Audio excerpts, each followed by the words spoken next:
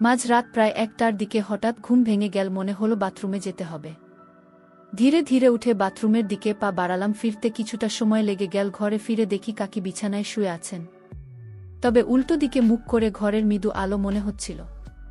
কাকির মুখটা ঝলমলে আলো তাকে আরও মোহময়ী করে তুলছিল। আমি আস্তে আস্তে পা বাড়িয়ে তার কাছে গেলাম। দেখলাম তিনি গভীর ঘুমে আচ্ছন্ন। তার মুখে শান্তির ছাপ স্পষ্ট। এমন দৃশ্য দেখে আমার মনে যেন এক ধরনের অস্থিরতা কাজ করতে শুরু করল। আমি নিজেকে সামলে মাথা ঠান্ডা রাখার চেষ্টা করলাম। কয়েক মুহূর্তের মধ্যেই মনোবল ফিরে পেলাম। ভাবলাম এই পরিস্থিতি এড়িয়ে গিয়ে নিজের ঘুমের দিকে মনোযোগ দেওয়া উচিত। কিন্তু ঠিক তখনই কাকে ঘুম ভেঙে গেল। আমাকে সামনে দেখে তিনি কিছুটা অবাক হলেন। তারপর কাকি আমাকে জিজ্ঞেস করলেন, তুমি এত রাতে আমার এখানে কেন? আমি বললাম, কাকিনা, মানে এমনিতেই আসছিলাম। কাকি তখন বলল, তোমার চোখ মুখ দেখে মনে হচ্ছে তুমি খারাপ কিছু ভাবছ। তারপর কাকি বলল, লজ্জা পেতে হবে না, আমাকে তুমি স্পষ্টভাবে বলতে পারো কি চাই তোমার। আমি তখন মনের সাহস নিয়ে কাকে কি বললাম, কাকা, কি আজ রাতে তোমার সাথে থাকতে চাই। কাকি বলল, ঠিক আছে থাকো আমার বিছানায়, কিন্তু মাথায় অন্য কোনো চিন্তা আনবে না, মনে রেখো আমি তোমার কাকিমা। তারপর কাকিমা রুমে কাকিমার সাথে থাকলাম, কিন্তু হঠাৎ ঘুমের মধ্যে কাকিমা আমার এমন জায়গায় হাত দিয়েছিল যা আমি আগেই চেয়েছিলাম। তারপর কাকিমা লজ্জা ভেঙে আমার সাথে সারা রাত। আমি জিসান। কাকি ছিলেন অসম্ভব সুন্দরী এক মহিলা। তার একটু স্বাস্থ্যবান চেহারা তাকে আরও আকর্ষণীয় করে তুলেছে। যে কেউ তাকে একবার দেখলে মুগ্ধ হয়ে যেত। কয়েকদিন আগে আমি একটি ইন্টারভিউয়ের জন্য মুম্বই থেকে গুজরাট যাচ্ছিলাম। ট্রেনে বসে দেখলাম আমার সামনে বসে আছেন এক ভদ্রমহিলা। তার চেহারায় এক ধরনের অপূর্ব সৌন্দর্য আকর্ষণ ছিল, যা সহজে মনকে টেনে নেয়। আলো করে তার মুখের উজ্জ্বলতা আরও ফুটে উঠেছিল। তার লম্বা চুল তাকে আরও মোহনীয় করে তুলেছিল। তার কোমল ব্যক্তিত্ব ও সহজ সরল আচরণ দেখে আমার মন ভালো হয়ে গেল। তাকে দেখে এক ধরনের ইতিবাচক অনুভূতি কাজ করছিল, যেন তার উপস্থিতি আমাকে সাহস দিচ্ছে। ট্রেন চলতে চলতে ভাবলাম, তার সঙ্গে কথা বললে কেমন হয়। অবশেষে সাহস করে আলাপ শুরু করলাম। তিনি হাসি মুখে জিজ্ঞেস করলেন, আপনি কোথায় যাচ্ছেন? আমি হেসে বললাম, গুজরাটে যাচ্ছি, সেখানে একটি ইন্টারভিউ আছে। তিনি শুনে বললেন, খুব ভালো, আমি গুজরাটের বাসিন্দা। এরপর তিনি জানালেন তিনি মুম্বাই এসেছিলেন তার স্বামীর সঙ্গে দেখা করতে। আমি জানতে চাইলাম, আপনার নাম কি? তিনি বললেন, আমার নাম ইভা। আমি বললাম, আপনি গুজরাটের কোনো এলাকায় থাকেন? তিনি উত্তর দিলেন, আমি কলেজে থাকি। আমাদের আলাপ চলতে লাগল। কথা বলার সময় তার ব্যক্তিত্ব আমাকে ক্রমশ আকর্ষণ করতে থাকল। ভ্রমণের সময় আমরা একে অপরের জীবনের গল্প ভাগাভাগি করলাম। আমি তাকে জানালাম আমার ইন্টারভিউ। একটি অটোমোবাইল কোম্পানিতে তিনি আমাকে উৎসাহ দিলেন। তার কথাগুলো খুব আন্তরিক এবং শক্তি যোগানোর মতো ছিল। রাতের প্রায় 10টা বাজে ট্রেন যখন গল্প স্টেশনে থামল, আমিও ইভাঙ্কা দুজনেই ট্রেন থেকে নামলাম। কাকির ব্যক্তি ভারী ছিল, তাই আমি বললাম, কাকি, আমি আপনার ব্যাগটি ধরছি। তিনি আন্তরিকভাবে ধন্যবাদ জানালেন। স্টেশন থেকে বাইরে এসে জিজ্ঞেস করলেন, এখন রাতে কোথায় থাকার পরিকল্পনা করেছেন? আমি বললাম, সম্ভবত একটি হোটেল খুঁজতে হবে। তখনই বললেন, যদি সমস্যা না হয় আপনি আমাদের বাড়িতে আসতে পারেন। বাড়ির কাছেই। আমি কিছুক্ষণ ভেবে সম্মতি দিলাম। রাতে অচেনা জায়গায় হোটেল খোঁজার থেকে কাকির বাড়িতে যাওয়ায় নিরাপদ মনে হল। ট্রেনে তার সঙ্গে আলাপ। এরপর থেকে আমি বেশ স্বস্তি অনুভব করছিলাম। আমরা দুজনে হাঁটতে হাঁটতে তার বাড়ির দিকে এগিয়ে গেলাম। হাঁটার সময় তাকে জিজ্ঞেস করলাম, আপনার বাড়ি আর কত দূর? তিনি হেসে বললেন, আর একটু দূর, তুমি দেখবে আমাদের বাড়ির পরিবেশ খুব সুন্দর। তার কথায় আশ্বস্ত হলাম। ভাবলাম, এটি হয়তো একটি নতুন বন্ধুত্বের সূচনা হতে পারে। তার বাড়িতে পৌঁছে তিনি দরজা খুলে আমাকে ভেতরে আসার আমন্ত্রণ জানালেন। ভিতরে ঢুকে আমি বললাম, ধন্যবাদ কাকি। তিনি হাসি মুখে বললেন, ধন্যবাদ তো আমাকে বলা উচিত, তুমি আজ আমাকে অনেক সাহায্য করেছে। বাড়ির ভিতরে একটি নরম আলো ছিল আর দেওয়ালে ঝোলানোর ছবি বাড়িটিকে অদ্ভুতভাবে সুন্দর করে তুলেছিল। কাকে স্নেহ ভরা কণ্ঠে জিজ্ঞেস করলেন, জিসান, তোমার কি ক্ষুধা লেগেছে? কিছু খাবে? সত্যি বলতে আমার পেটেও বেশ কিছু ছিল, তাই বিনয়ের সঙ্গে বললাম, কাকে, একটু ভাত হলেই চলবে। তিনি মুচকি হেসে বললেন, ঠিক আছে, আমি রান্না করি, তুমি সামনের ঘরে গিয়ে বিশ্রাম নাও। আমি তার কথা মতো সামনের ঘরে গেলাম। নিজের কাপড় পরিবর্তন করে হাত মুখ ধুয়ে নিলাম।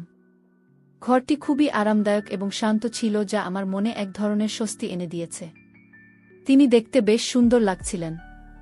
তার সাধারণ পোশাকে একটি অসাধারণ আকর্ষণ ছিল। তিনি হাসি মুখে বললেন, কি হলো, ঠিক লাগছে না? আমি হেসে বললাম, কাকি, আপনি তো খুব সুন্দর দেখাচ্ছে। আমার কথায় তিনি মুচকি হেসে রান্নার কাজে ফিরে গেলেন। আমি বিছানায় বসে ফোনে কিছু দেখতে শুরু করলাম। কিছুক্ষণের মধ্যেই রান্না করা খাবারের সুগন্ধ এসে পৌঁছান। কাকি বললেন, খাবার প্রায় হয়ে গেছে, তুমি টেবিলে বসো। আমি টেবিলে গিয়ে বসলাম। তিনি ভাত আর তরকারি পরিবেশন করলেন। আমরা খাবার খেতে খেতে কথাবার্তা বলছিলাম। কাকে জিজ্ঞেস করলেন, খাবার কেমন লাগছে? আমি বললাম, অত্যন্ত ভালো। তিনি হেসে বললেন, আর আমার বাড়ি কেমন লাগল? আমি বললাম, বাড়ি খুব ভালো। এরপর তিনি ধীরে ধীরে প্রশ্ন করলেন, এই বাড়ির মালকিনকে কেমন লাগল? আমি একটু বিস্মিত হয়ে বললাম, তিনি তো খুব ভালো। তিনি ধন্যবাদ জানিয়ে বললেন, তোমার ইন্টারভিউ এর সময়? তখন আমি বললাম, কাল সকাল 10টায়। তিনি বললেন, তাহলে সমস্যা নেই, আমি তোমার জন্য নাস্তা বানিয়ে দেব, তুমি খেয়ে যেও। আমি সম্মতি জানালাম। খাওয়া শেষে আমরা থালা বাসন পরিষ্কার করলাম। কাকি বললেন, তোমাকে বিশ্রাম করতে হবে, সকালে তাড়াতাড়ি উঠতে হবে। আমি মুচকি হেসে বললাম, আপনি কোনো পারফিউম ব্যবহার করেন? আপনার ঘরে খুব সুন্দর গন্ধ আসছে। তিনি হেসে বললেন, সবই মহিলা পারফিউম, তোমার জন্য উপযুক্ত নয়। রাত গভীর হয়ে এসেছিল, আমি বিছানায় শুয়েছিলাম। কিছুক্ষণ পর কাকি ঘরে এসে মুচকি হেসে বললেন, তুমি কি আর কিছু বলবে? আমি হেসে জিজ্ঞেস করলাম, আপনি কি জানতে চান? তিনি আমার চোখের দিকে তাকিয়ে বললেন, যদি তোমার চাকরি এখানে হয়ে যায়, তুমি কোথায় থাকতে চাও? আমি কিছুক্ষণ ভেবে বললাম, সম্ভবত একটি রেড ঘর নিতে হবে। তিনি চুপ করে থাকলেন কিছুক্ষণ। তারপর বললেন, তুমি কি আমার বাড়িতে থাকতে পারবে? আমি কিছুটা হতভম্ব হয়ে বললাম, আমি আপনার বাড়িতে আমি কতদিন থাকব? তিনি মুচকি হেসে বললেন, যতদিন তুমি চাও।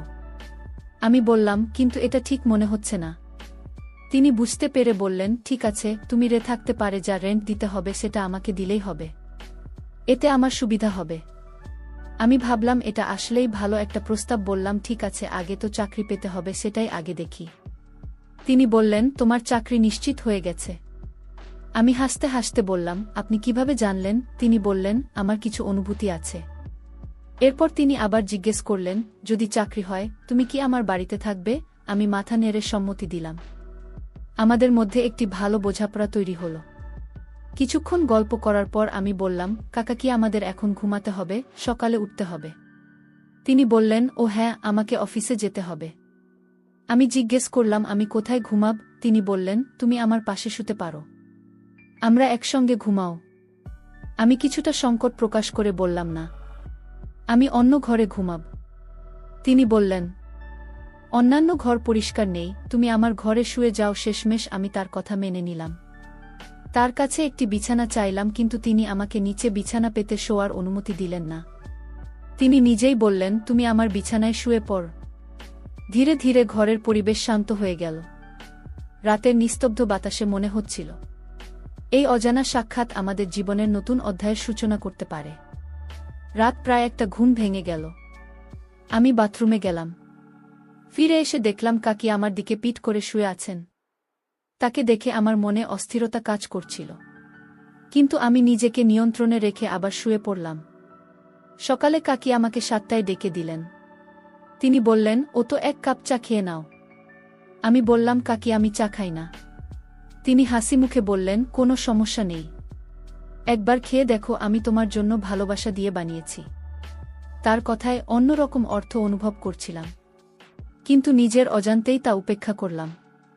প্রস্তুত হওয়ার সময় কাকি বললেন, ইন্টারভিউ শেষ হলে আমার সাথে দেখা করতে এসো এবং কাজের খবর জানাও। আমি একটি অটো নিয়ে ইন্টারভিউ দিতে বেরিয়ে পড়লাম। দুপুর 3টার দিকে ফিরে এসে দেখি বাড়ির দরজায় তালা লাগানো। আমার কাপড় সব ভিতরে ছিল, আর আমি কাকির ফোন নম্বর নিতে ভুলে গিয়েছিলাম। বাধ্য হয়ে অপেক্ষা করতে লাগলাম। সন্ধ্যা 5টার দিকে কাকি ফিরলেন। তিনি একটি সুন্দর পোশাক পরেছিলেন। দরজা খুলে আমাকে ভিতরে আসতে বললেন। এরপর বললেন, তুমি একটু দাঁড়াও, আমি কাপড় পরিবর্তন করে আসি। কিছুক্ষণ পরে বেরিয়ে এলেন। তিনি জিজ্ঞেস করলেন, এখন বলো, ইন্টারভিউ কেমন হলো? আমি বললাম, আমার তো বাড়ি যেতে হবে। এটা শুনে কাকি একটু বিষণ্ণ হয়ে বললেন, ইন্টারভিউ ভালো হয়নি, কাজ পাওনি।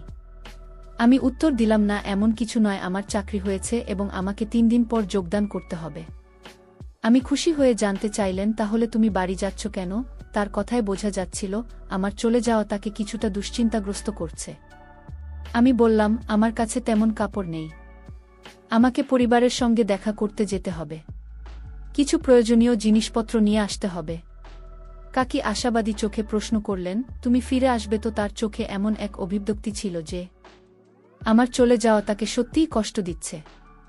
আমি বললাম, কাকি, আমি অবশ্যই ফিরে আসে। এতে তিনি কিছুটা খুশি হয়ে বললেন, তুমি কখন যাচ্ছে ট্রেন? তখন আমি বললাম, কাল সকালে।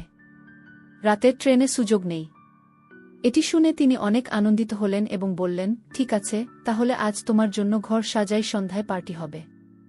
আমি জিজ্ঞেস করলাম, পার্টি কিসের জন্য? কাকি বললেন, অবশ্যই তোমার চাকরির জন্য।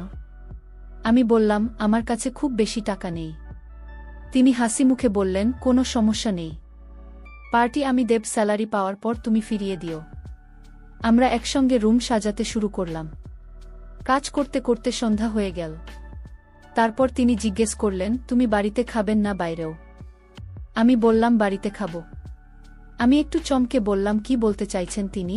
আমি বললাম, হ্যাঁ করেছি। তিনি কথা শেষ করতে না দিয়েই বললেন, তাহলে সিদ্ধান্ত হয়ে গেছে, তুমি বাইরে থেকে কিছু নিয়ে এসো। আমি কিছু খাবার প্রস্তুত করেছি। তিনি আমাকে 2000 টাকা দিলেন এবং বললেন, দোকানে গিয়ে একটি বোতল কিনলাম, যার দাম ছিল না শেষ। সত্যি বলতে এর আগে কখনো এত দামি বোতল কিনি। তবে আমি বোতল, কিছু ফল এবং সিগারেট কিনে নিয়ে ফিরে এলাম। এদিকে কাকি রান্না শেষ করে রেখেছিলেন। তিনি পরোটা এবং আলু পোস্ত রান্না করেছিলেন। আমাকে দেখে কি বললেন, তুমি পোশাক পরিবর্তন করে না? ওই পোশাকগুলো নোংরা হয়ে গেছে, দ্রুত সাবান নিয়ে ফ্রেশ হয়ে এসো। আমি বললাম, কিন্তু আমার তো অন্য কাপড় নেই। কাকি বললেন, এই নাও, একটি টি শার্ট পরে নাও। আমি কাপড় নিয়ে আমার ঘরে গেলাম। স্নান সেরে নতুন পোশাক পরে বের হয়ে এলাম। কাকি ঘরে যেতে দেখলাম। তিনি তখনও স্নান করছেন। আমি তাকে ডাকলাম। তিনি বললেন, তুমি যা আনবে তা নিয়ে এসো, আমি একটু পরে আসছি। তিনি আমাকে জল আর অন্যান্য জিনিস আনার নির্দেশ দিলেন। আমি সবকিছু প্রস্তুত করে আনলাম। ড্রাই ফ্রুট কেটে প্লেটে সাজালাম, দুজনের জন্য গ্লাসে জল রেখে দিলাম। ড্রয়িং রুমে বসেছিলাম, তখনই ঘরে ঢুকলেন। আমি তাকিয়ে রইলাম। কাকি আমার দৃষ্টি বুঝতে পেরে মিষ্টি করে বললেন, কি দেখছে? আমি চোখ সরিয়ে বললাম, কিছু না, শুধু আপনার সৌন্দর্য দেখছিলাম। তিনি হাসতে লাগলেন। সত্যি বলতে তাকে খুব সুন্দর লাগছিল। আমি গ্লাসে জল ঢালতে শুরু করলাম। এর মধ্যে জিজ্ঞাসা করলেন, আমার কেমন লাগছে? আমি বললাম, সত্যিটা কি, আজকে খুব ভালো লাগছে। নেন। কাকি একটু হাসলেন এবং বললেন, ভাল লাগছে নাকি আরও কিছু? আমি কোনো উত্তর না দিয়ে জল শেষ করে দিলাম। নতুন একটি জল তৈরি করতে বোতল হাতে নিলাম। তখন কাকি বললেন, আরে এত তাড়াতাড়ি কেন? এবার আমি বানাচ্ছি। এই কথা বলে তিনি বোতল নিয়ে আরও পানি আনতে গেল। তারপর মৃদু স্বরে বললেন, জানো, একটা কথা জিজ্ঞাসা করব। আমি বললাম, অবশ্যই। তা কি? তিনি বললেন, তুমি কি সত্যি বলবে নাকি মিথ্যে? আমি বললাম, সত্যি বলবো। তিনি প্রশ্ন করলেন, তোমার কতজন গার্লফ্রেন্ড আছে? এই প্রশ্ন শুনে আমি একটু থমকালাম। কাকি মিষ্টি হাসি দিয়ে চোখের ইশারায় বললেন, বলো তো। আমি বললাম, কাকা কি একজনই আছে? তিনি মৃদু হাসলেন এবং বললেন, তোমার কি তার সঙ্গে ভালো সম্পর্ক গড়ে উঠেছে? আমি সরলভাবে উত্তর দিলাম, হ্যাঁ হয়েছে। কাকি আবার জানতে চাইলেন, তোমরা কতবার দেখা করেছ? আমি বললাম, মাত্র 2-1 বার। আমার কথা শুনে তিনি একটু স্বস্তি পেলেন। তার চেহারা যেন এক ধরনের উচ্ছ্বাস ফুটে উঠেছিল। আমি হঠাৎ একটু এগিয়ে এসে হাসি মুখে বললেন, কেন এমন ভাবে তাকিয়ে আছো? কি ভাবছ? আমি মৃদু হাসি দিয়ে চুপ করে রইলাম।